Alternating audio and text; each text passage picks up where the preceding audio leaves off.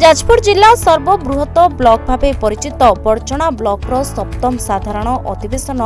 बड़चना block परिसर में अनुष्ठित हो जाइछे। अधिवेशन में मान्यवर विधायक बड़चना अमर कुमार नायक मुख्य अतिथि भाव जोग देइथिले। सम्मानित अतिथि भाव बड़चना पंचायत समिति अध्यक्षा मिनती सेनापति और उपाध्यक्षा विभास चंद्र नंदन समेत 5 गोटी जोन जिला परिषद सभ्य समस्त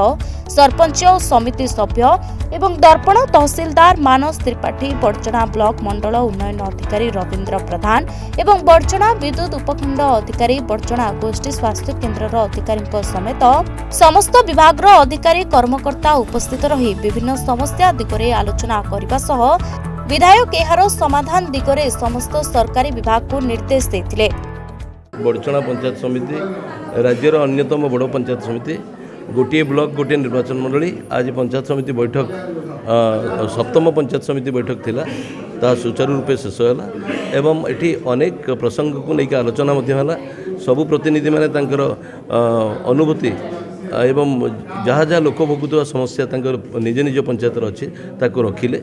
एवं आम शिक्षा स्वास्थ्य और गमनागमन ठूँ आरंभ कर अन्य आवश्यकता थिबा क्षेत्र गुड़ी को